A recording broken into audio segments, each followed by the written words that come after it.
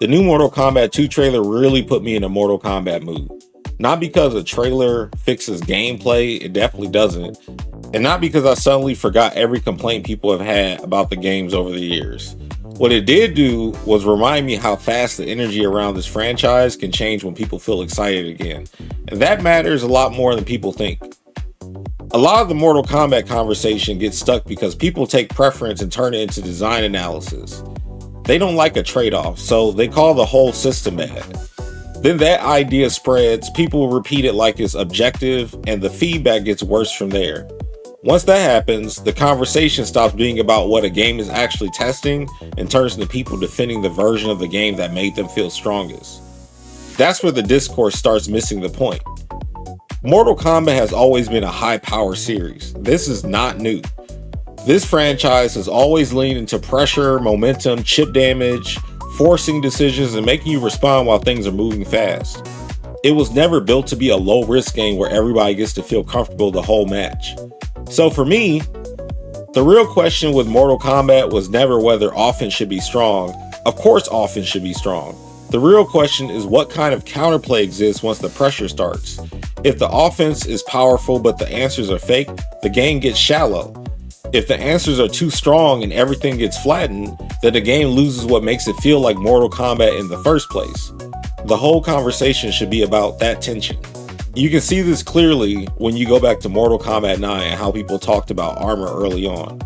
A lot of players, me included, looked at some of that and thought it was scrubby. It felt like people were getting bailed out. It looked like the game was protecting bad decisions. But then the people learned the timing, the spacing, the baits, the punishes, and when someone was spending resources badly when they were actually making a strong read. Once that happened, armor stopped looking like automatic protection and started looking like a real risk-reward layer. It still had power, but it wasn't free. That pattern keeps showing up in Mortal Kombat. A mechanic lands, the first reaction is that it's dumb, and then the counterplay develops and suddenly people start seeing the actual interaction.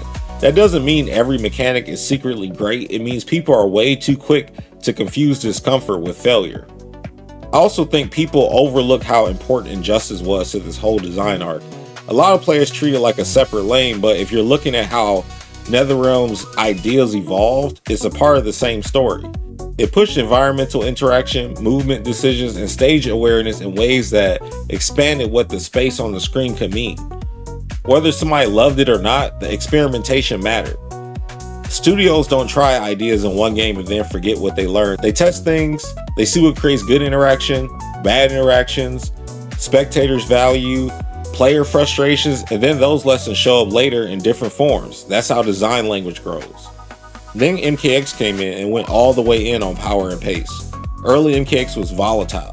A lot of rounds could swing hard off one good read, one bad defensive choice, and one momentum shift that got out of control.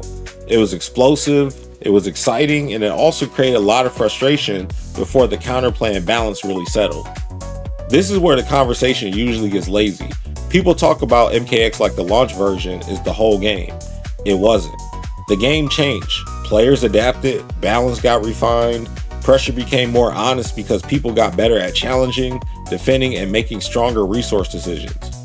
By the time MKX settled in, the game felt more complete. It still had aggression, it still had danger, it had its identity, but the interaction got cleaner and the decision making mattered more on both sides.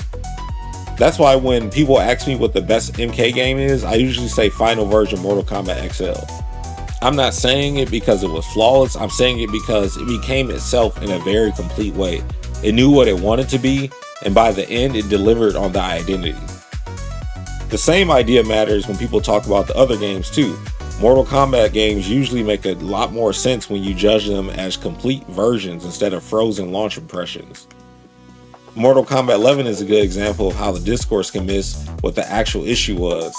A lot of people summarize that game by saying it was too defensive, and I think that explanation is too shallow. Mortal Kombat needs defensive answers. Without real defensive answers, strong offense stops being earned and starts becoming autopilot. The bigger problem was that offense didn't feel equally expressive across the cast. Some characters felt complete, some felt restricted. That unevenness frustrated people, and then the whole game got reduced to one label. Now we're seeing a similar pattern with Mortal Kombat 1 and cameos. The system creates layer offense, pressure extensions, and different timing rhythm than older MK games. Some people see that and decide the system itself is the problem before they really sit with what the game is asking them to solve. Sometimes the system really does miss the mark. That happens, but with Mortal Kombat 1, I think a lot of the pushback still comes from people trying to remove the game's identity instead of learning how to play around it. Cameos are a part of the match. They change timing, spacing, pressure windows, and what counts as a good challenge. That means the answer is not pretending they shouldn't exist. The answer is learning how to force bad usage, punish predictable calls, control space better, and make stronger decisions while that resource is still part of the game. That is still Mortal Kombat.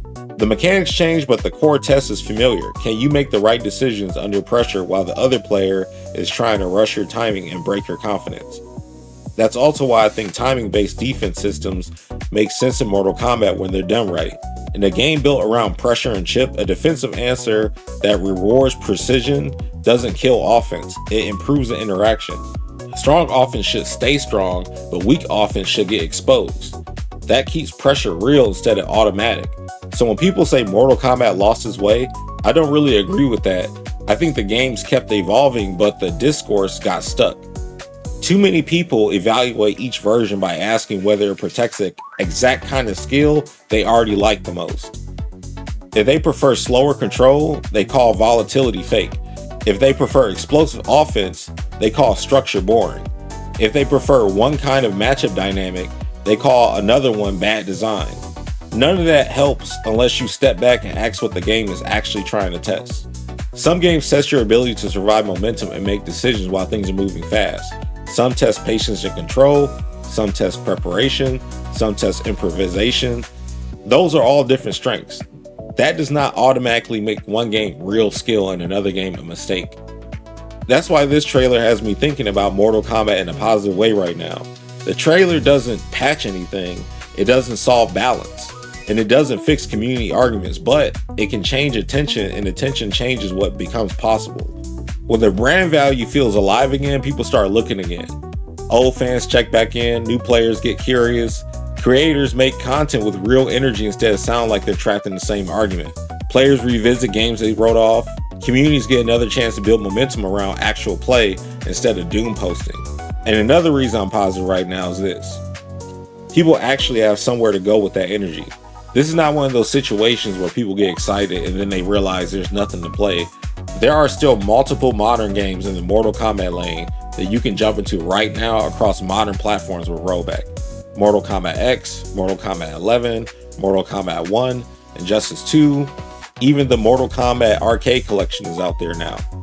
Mortal Kombat 1 is still the one that really gives you true crossplay, and that matters, but the bigger point is the ecosystem still exists.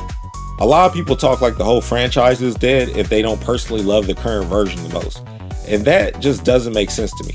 There are different games, different pacings, and different styles of decision making with all kinds of skill tests, and people can still play real matches right now. And honestly, Mortal Kombat 1 specifically, I think people should calm down a little bit and accept the game for what it is before they write it off. I'm somebody who criticizes tag style and team style systems too, so I understand why that direction is not everybody's favorite. I'm not saying people have to love every design choice. I'm saying it's still a good game, it still has a lot of strategy in it, and it still has a lot of character variety and different ways to play. And it's still fun if you approach it on its own terms. That's a big part of why I keep saying the future is better than the discourse. The games are here, the tools are here, the competition is still there.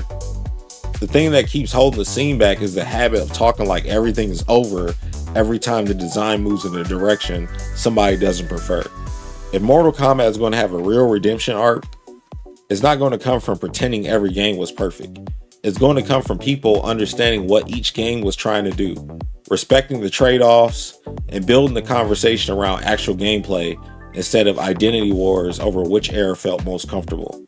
That's what gives the franchise a real future to me. Mortal Kombat still has identity, it still has spectacle, and it still has pressure-based gameplay that feels different from other fighters. It has multiple eras that teach different skills, and it still has competitive value. There's a lot here to build on if people stop treating every design shift like betrayal and start treating it like a new problem to solve. So no, I don't think Mortal Kombat failed forward. I think it evolved, and sometimes unevenly, sometimes loudly, and in ways people didn't want to accept right away. That is still evolution, and if this trailer helps reset the energy and gets more people looking at Mortal Kombat with fresh eyes, that really could be the beginning of a comeback for the franchise. If you're tired of watching the same problems happen in your matches and not knowing what to fix first, start here.